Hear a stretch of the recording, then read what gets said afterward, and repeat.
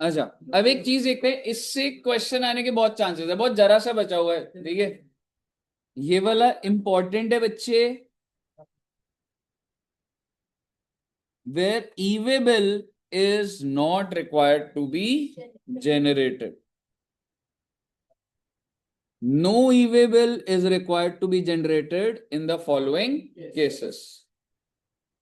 Where the goods being transported are the one given below. Sir यानी कि ये जो पॉइंट लिखे हुए हैं ना बच्चे, अगर इनका ट्रांसपोर्टेशन चल रहा है इन गुड्स का, तो क्या उस पर ई वे बिल चाहिए? नहीं चाहिए।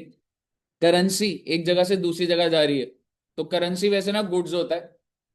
अच्छा, होता है या नहीं होता वो कोई नहीं, करेंसी हमें दिख रहा है तो हम गुड्स ही मान के चल रहे हैं, अभी तो डेफिनेशन में क्या जाना है। ठीक है, करेंसी की मूवमेंट अगर हो रही है, आप मुझे बताइए एटीएम भरने के लिए क्या मैं कह सकता हूँ बहुत सारी करेंसी जाती होगी, तो उसका भी ई वे बिल चाहिए? नहीं चाहिए। और किसका है सबसे इंपॉर्टेंट चीज? Used personal effects.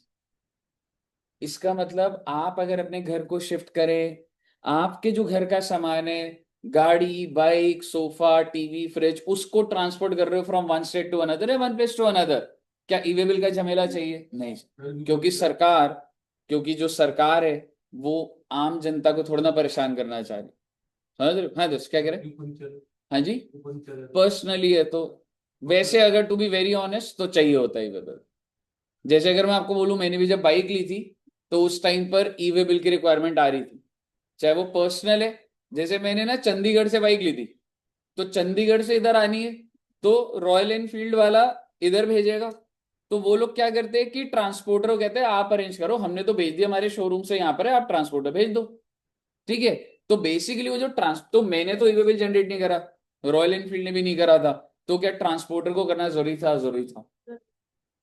पर क्या उसने करा? नहीं करा। मैंने उनसे कहा कि मतलब कैसे भैया, मतलब आप नहीं जनरेट कर रहे? कह रहे वो अगर कोई रोकता है हम कह देते हैं कि ये तो यूज्ड वाला सामान है, पर्सनल है, बाइक लोड होके इधर से उधर जा रही है। लेकिन अगर कोई ढंग से चेक कर ले कि बिल दिखाओ, ये दिखाओ कहाँ है, तो पता लग रहा है नहीं भाई, खोल के देख लो। समझ रहे हो? हाँ जी। हाँ, रिस्क रिस्क तो था बच्चे, है ना। पर अच्छे लोगों के साथ अच्छा ही होता है, तो मेरे साथ। हाँ, मुझे, मैं किस पर केस करता? नहीं, वो गलती फिर मेरी, रॉयल एनफील्ड कुछ नहीं करता वगैरह, हमने तो भेज दी। तो वो ट्रांसपोर्टर, और वो भी लोकल ट्रांसपोर्टर थे, तो कुछ भी नहीं होना था। फिर वो जब्त हो जाती, तो फिर आप जाते उनको फिर बोलते कि बाइक छुड़ानी है। ये तो आप खुद ही सोच रहे हो, मैं तो नॉर्मल मैं ई वे बिल भरवा लेता या वैसे कोई बॉन्ड साइन करता, है ना। ब्राइब नहीं देनी होती बच्चे, सही बात नहीं है ये, है ना। अच्छा, ये क्या होता है सर? कोरल, अनवर्कड कोरल, ये क्या होता है भाई? कोयला?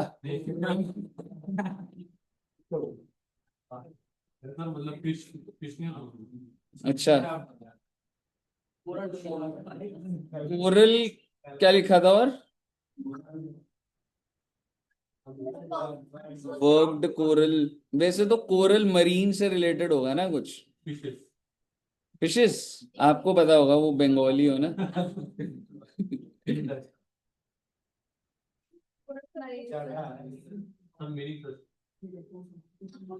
मुझे पता है, मैं हर बार देखता हूँ बेटे ऐसे, पहली बार थोड़ा ना पढ़ा रहा हूँ।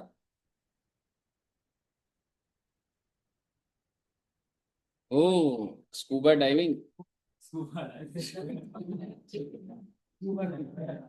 समझ रहे हो? तो ये होगा ना भाई, नीचे ही होगा ना, समझ रहे हो ना।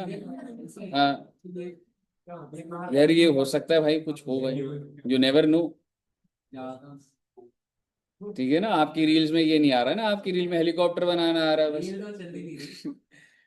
ठीक है, चलिए, तो ये कोरल से इनको भी ट्रांसपोर्टेशन होता होगा भाई, कुछ ना कुछ होगा, तो टेक्निकली क्या है कि उसमें भी ई बिल नहीं चाहिए।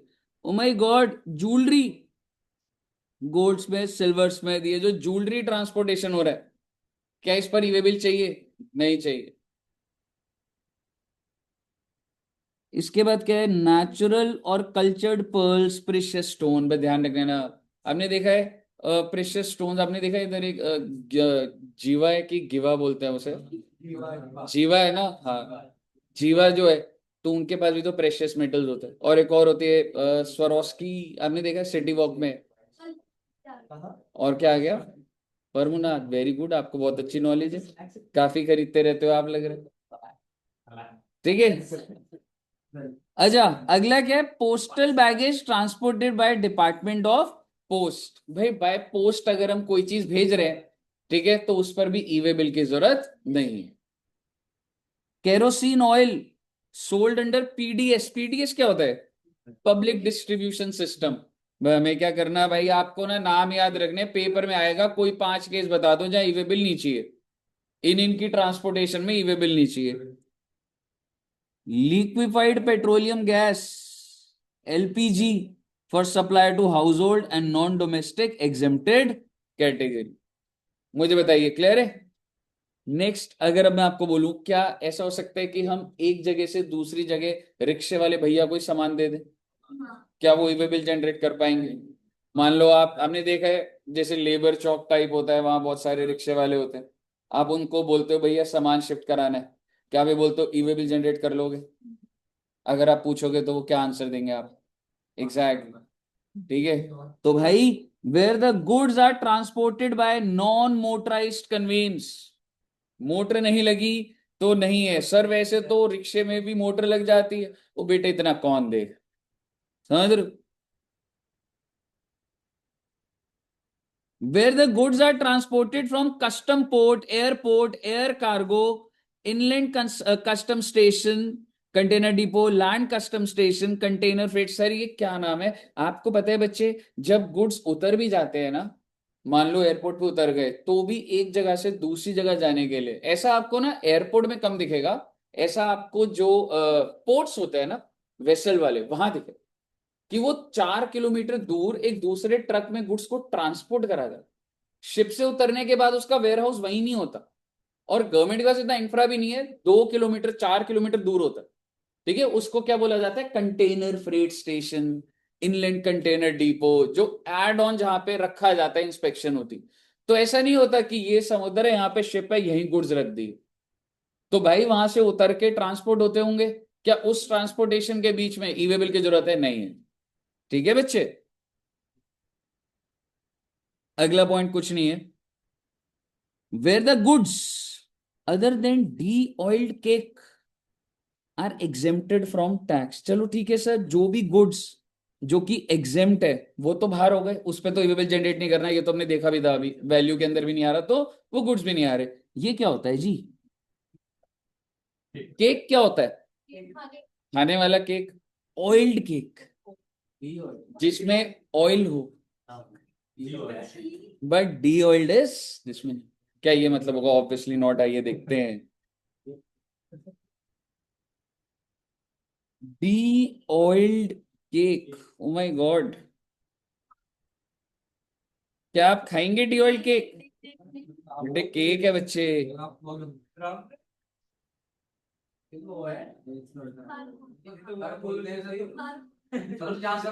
बोलते हैं इसको?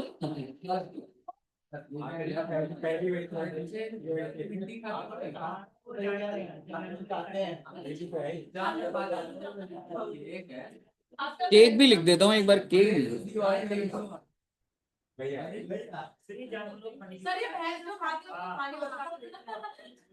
ओ, मैं तो बोलने वाला था, मैंने खाया हुआ है एक बार। इस शेप का है कुछ, पर ठीक है आप कह रहे हो तो मान लेते आपकी बात, पर मैंने नहीं।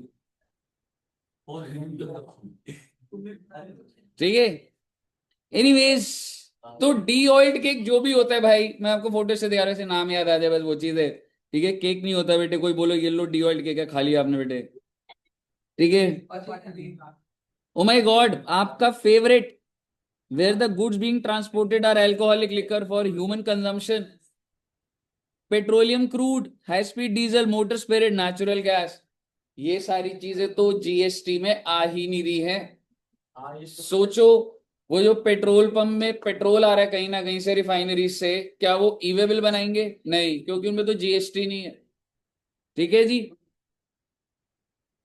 उधर अभी उस वो भी एक्ट आज चलते हैं, लेकिन जीएसटी के अकॉर्डिंगली ई वे बिल जनरेट नहीं करते। कुछ ना कुछ होगा, वो वैट के लॉ में लिखा होगा, समझ रहे हो? कुछ तो होगा, मतलब ऐसा भी नहीं है कि अनअकाउंटेड चल रहे हैं, कुछ सिस्टम तो होगा, बट जीएसटी का ई वे बिल नहीं है। Where the supply is treated as no supply, ये क्या होता है? अभी आपको पता नहीं, आपने चैप्टर नहीं पढ़ा है, बस आप ध्यान रखना शेड्यूल 3 एक जीएसटी में ऐसा शेड्यूल है जो कि ये बताता है इन इन चीजों पे जीएसटी नहीं लगेगी। तो नहीं लगेगी तो ई वे बिल भी नहीं बन रहा, क्या दिक्कत वाली बात है? जैसे एग्जाम था, ऐसी शेड्यूल 3 में जो लिखा होगा उस पर नहीं लग, नहीं ना जीएसटी उस पर ना ई वे बिल करना। बताइए, क्लियर है बच्चे? ये सेम है भाई। वेदर goods are being transport under custom bond, inland container depot, container freight station, आपको नाम याद थोड़े से रेलेवेंट समझने। Whether goods are being transport are transit cargo from or to Nepal और भूटान। तो भाई अगर नेपाल और भूटान जा रहे हैं तो ई वे बिल नहीं है। अब ये भाई पॉलिटिकल बात है, उन्होंने क्यों नहीं रखा उनको पता होगा, अपने को याद होनी चाहिए बात। इंटरेस्टेड? ये तो कंट्री बदल गई मैडम। हाँ ठीक है, कह सकते हो, पर ये तो कंट्री भी चेंज हो गई, ठीक है ना, पर इसमें नहीं है। ठीक है, इसका कुछ करना है आपको? नहीं, ऐसे ही रीड कर लोगे। अच्छा, ये any movement of goods caused by defence formation under ministry of defence as consignor और कंसाइनी। आप मुझे बताइए, अगर एक फुली लोडेड ट्रक जिसमें आर्मी ऑफिसर्स के गन्स आ रहे हैं, क्या ई वे बिल में डिक्लेयर करा जाएगा? कि ई वे बिल में पहले सरकार को बताया जाए, और सरकार से गलती से लीक हो जाए तो पता लग जाए कहां से क्या movement? Obviously not. Army road बना रही है, आर्मी रोड बना रही है, आर्मी वाले को रोड बना रहे हैं इमरजेंसी में जैसे होता है, ठीक है, पर ये तो बहुत ही स्पेसिफिक चीज है, बहुत ही स्पेसिफिक चीज, समझ रहे हो? ठीक है ना, डिपेंड करता है वो चीज तेरे को, बट डिफेंस का कोई भी अगर मूवमेंट हो रहा है वो रोड, तेरे को बॉर्डर के पास रोड बनानी है और तूने आर्मी को कॉन्ट्रैक्ट दे दिया, आर्मी ने तेरे को बोला है, फिर रोड आप बना रहे हो? लेबर कौन है इसमें?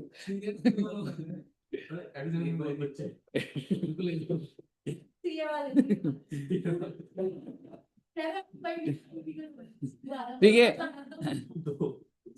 अच्छा, where the consignor of goods is central government और any state government for transport of goods by rail. अगर बाय रेल्स हो रहा है तो सेंट्रल गवर्नमेंट कह रहा है कि भाई हम तो ई वे बिल जनरेट नहीं कर रहे। देखिए, बहुत डिटेल्ड बात है, आपको बस थोड़ी बहुत याद करनी। अच्छा, एम्प्टी कार्गो कंटेनर्स, आपने देखा है कि एक जैसे ड्रम्स है बहुत बड़े बड़े, ड्रम्स की बात नहीं करनी चाहिए वैसे, ठीक है, ठीक है, तो मान लीजिए कंटेनर्स है बड़े बड़े, वो कंटेनर्स भरे हुए हैं, किससे भरे हुए हैं? सामान, ठीक है, मटेरियल, ठीक है। तो अब उसके बाद उसको खाली कर दिया तो वापस भी तो जाएंगे, क्या उस टाइम पर उनका वो कंटेनर्स का ई वे बिल जनरेट होगा? नहीं होगा। अच्छा, कई बार क्या होता है बच्चे कि ना, वेमेंट करने के लिए होता है, जैसे एक फैक्ट्री है और उसमें ना 10,000 टन का सामान आया, तो मैं कैसे मान लूँ वो 10,000 टन है? तो वो ना वो सामान को अपनी फिर उनकी स्पेसिफिकली इक्विप्ड मशीनरीज हो, सॉरी ट्रक्स हो, जिसमें वो दोबारा सामान को डालेंगे और उसकी वेमेंट करेंगे। मेरे कहने का मतलब है, सामान उतर गया, मैं इसको तब तक अप्रूवल नहीं दे सकता जब तक मैं इसका वे ना करूंगा। भाई मुझे क्या पता, भाई तूने 8,000 टन उतारा है, 6,000 टन उतारा है, तो वो तो एक जगह पे जाएगा ना जहां पे उसका वेट होगा। तो वो क्या बोल रहे हैं? Where the goods are being transported up to a distance of from the place of business of consignor to weighbridge for weighment और weighbridge back to the place of business of consignor. तो ले दे के बात ये 20 kilometre के अंदर अंदर weighing के लिए जा रहा है तो ई वे बिल की जरूरत नहीं पड़ेगी। Where empty cylinders for packing of LPG are being moved for reason other than supply। कहिए साहब जी, क्या आपको ये सारे पॉइंट समझ आ गए? अल्टीमेटली तो लास्ट डे सारे याद करने होंगे, समझ रहे हो? और ये इंपॉर्टेंट इसलिए क्योंकि थ्योरेटिकल क्वेश्चन आ सकता है इससे, जिसमें वो इनमें से कोई भी 4 या 5 केसेस आपसे पूछ सकते हैं बच्चे। ठीक है जी। अच्छा, एक बात बताओ, जो ई वे बिल जनरेटेड होता है क्या वो स्टेट वाइज होता है? स्टेट बदली तो नया वे बिल होगा? नहीं। तो अगर हम देखते हैं e-way bill generated in one state is valid in another state. मैं आपको कुछ नहीं बोलूंगा, आप सिर्फ और सिर्फ रीड करेंगे, आपको समझ आ जाएगा।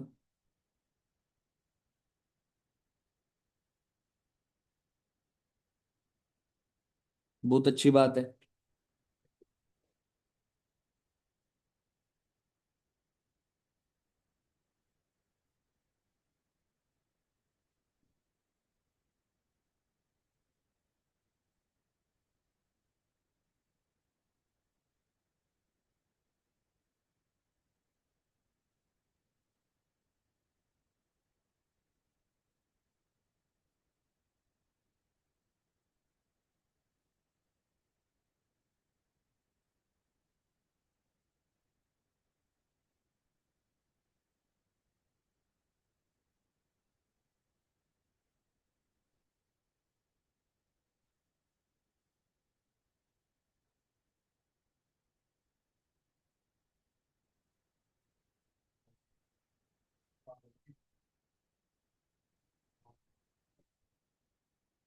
आखिरी वाला बहुत अच्छा है, इससे आपकी एक क्लैरिटी और आई।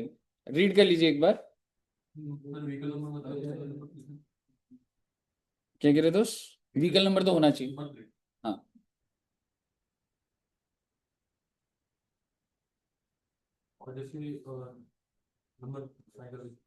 साइकिल।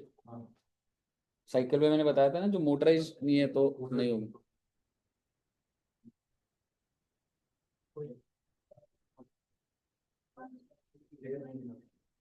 लास्ट पॉइंट अगर मैं आपको बोलूं,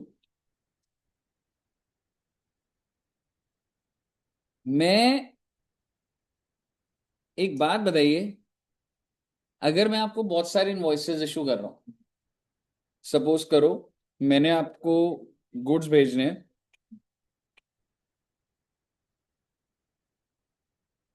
A to B, और है वैसे 80,000 का, ठीक है जी, 80,000 का सामान है, यानी कि जो ट्रक में जो सामान जा रहा है वो कितने का जा रहा है? 80,000। मैं ऐसे ही दिमाग लगा रहा हूँ, क्या मुझे ई वे बिल की जरूरत पड़ेगी? पड़ेगी। पर ये बंदा सोच रहा है एक काम करता हूँ, दो इनवॉइस बना देता हूँ, और वो कह रहा है अब तो मुझे ई वे बिल की जरूरत नहीं पड़ेगी। ऐसा है क्या? ठीक है, नहीं पड़ेगी। एग्जैक्टली क्योंकि सबसे पहले आप समझिए, आपके इनवॉइस मेरे को मैटर नहीं करता, मेरे को उसके अंदर जो सामान जा रहा है वो किस वैल्यू का है वो मैटर करता। ठीक है जी। तो अब आप समझिए, ये जो ट्रक वाला है, अगर आपने ऐसा करा तो अब इसके पास कितने इनवॉइस हुए? दो। लेके जाएगा ये ट्रक में क्या सामान है थे? क्या एक ही वे बिल बनेगा अब, या दो बनेगा? Multiple invoice cannot be clubbed to generate one. आपको अब दो ई वे बिल बनाने पड़ेंगे। ऐसे नहीं होता कि मैंने आपको जो सामान भेज रहा हूं, मैं 10 इनवॉइस दे रहा हूं और उसमें कुछ गलत नहीं है। भाई साहब, आपके फर्स्ट फ्लोर का इनवॉइस अलग है, सामान भेजना था कंस्ट्रक्शन का, ठीक है, मार्बल का इनवॉइस अलग बना रखा है, पेंट का अलग इनवॉइस बना हुआ है, सब 10-10 लाख 20 लाख का सामान है। ठीक है, किचन का, मॉड्यूलर किचन का सामान अलग है, मैंने ऐसे 10 इनवॉइस बना रखे। ठीक है, मैंने ट्रक वाले को दिए 10 इनवॉइस, सारा सामान लोड कर। सामान ये है, सवाल ये है कि क्या उस 10 इनवॉइस का एक ई वे बिल बन सकता है? नहीं बन सकता। एक ई वे बिल एक इनवॉइस को ही रिप्रेजेंट, पहली बार। यहां तक क्लियर है? अब आप समझिएगा। हाँ जी, नहीं हो सकता। एक ई वे बिल के नीचे एक ही इनवॉइस हो सकता है। तो आप ये एग्जांपल अभी तो जैसे मैंने बनाया ना, सही बन गया है ये, तो इसको थोड़ा सही से बना लेते हैं। यहां पर कितने ई वे बिल बनेंगे बच्चे? ई वे बिल वन, ई वे बिल। ठीक है, पहली बात, ये क्लियर है? और ये थी वैल्यू ऑफ गुड्स, बहुत अच्छी बात है जी। अब मैं आपको कह रहा हूं ए ने बी को 6 करोड़ का सामान भेजा, इनवॉइस एक ही बना 6 करोड़ का, लेकिन एक ट्रक में सामान ही नहीं आ सकता। तो एक ही वे बिल कैरी हो जाए, एक इनवॉइस एक ही वे बिल, सिंपल। अब अगर ये ट्रक पहले लोड हुआ, फिर ये ट्रक हुआ, 3 ट्रक लग गए बेटे, इन सब के पास मैं एक ही बिल जनरेट करूंगा, that is E way bill 1, E way bill 1, E way bill. कहिए साहब जी, क्लियर है? अब आप इसको आराम, इतना डिटेल तक सवाल कभी आता ही नहीं है, अब आप इसको बस 5th पॉइंट को आराम से रीड कर लीजिए।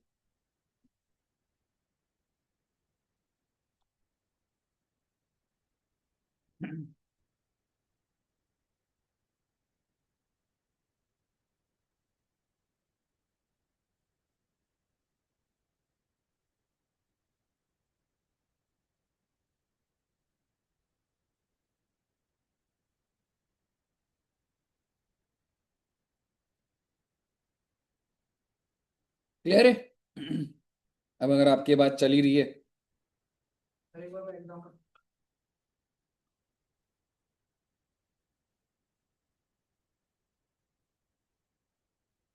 अगर आपकी ये वाली बात चली रही है, तो आइए सोचते हैं about consolidated E way bill. अरे सर, अब ये क्या होता है?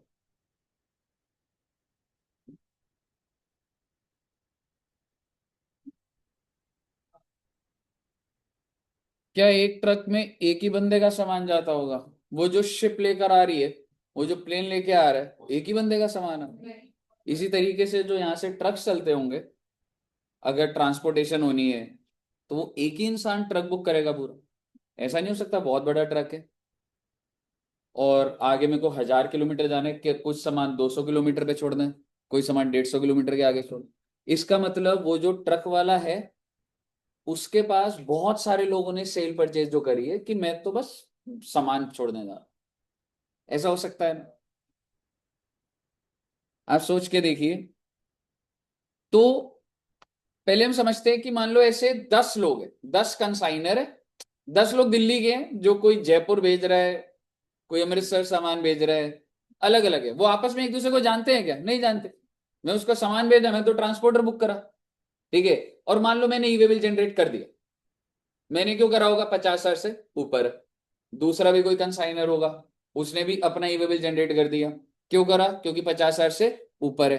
तीसरा ई वे बिल जनरेट कर लिया, क्योंकि 50,000 से ऊपर है। चौथे ने 20,000 का सामान भेजा था, उसने ई वे बिल जनरेट करा होगा? नहीं करा होगा।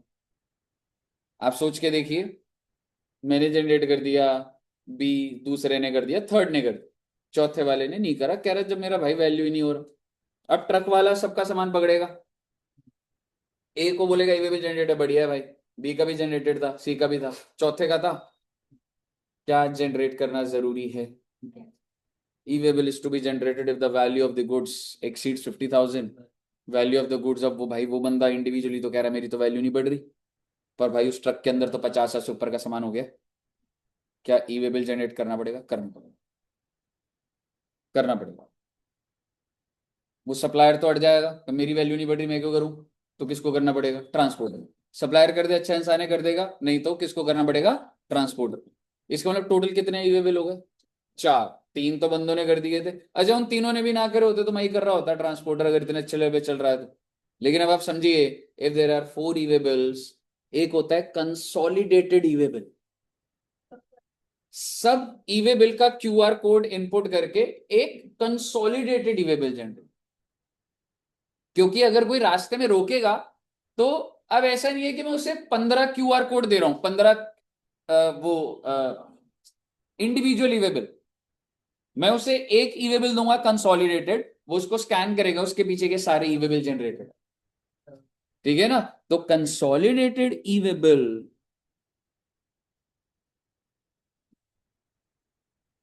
After E way bill has been generated, where multiple consignments are intended to be transported in one conveyance, the transporter may indicate the serial number of e-way generated in respect of each such consignment electronically on common portal, and a consolidated e-way bill, कौन से form में बच्चे? EWB02 may be generated by him on the common portal prior to movement of goods. Where the consignor or consignee has not generated the e-way bill and the aggregate value of consignment is more than 50,000, the transporter shall generate e-way bill on the basis of invoice or bill of supply. Bill of supply may generate consolidated e-way bill prior to the movement of goods. बताइए, clear है बच्चे? अगर value कम भी होती तो भी generate करना पड़ता। ठीक है जी, वो ऊपर कहीं लिखा हुआ आ जाएगा, एक एग्जांपल बना हुआ दिख जाएगा। All clear till here? Okay.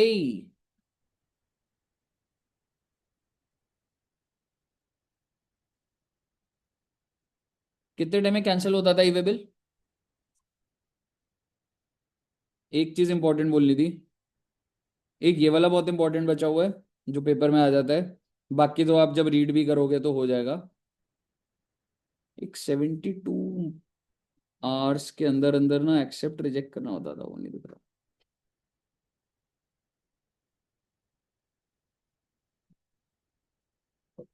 हम्म। एक काम करते हैं, आप अपने घर का एड्रेस दो,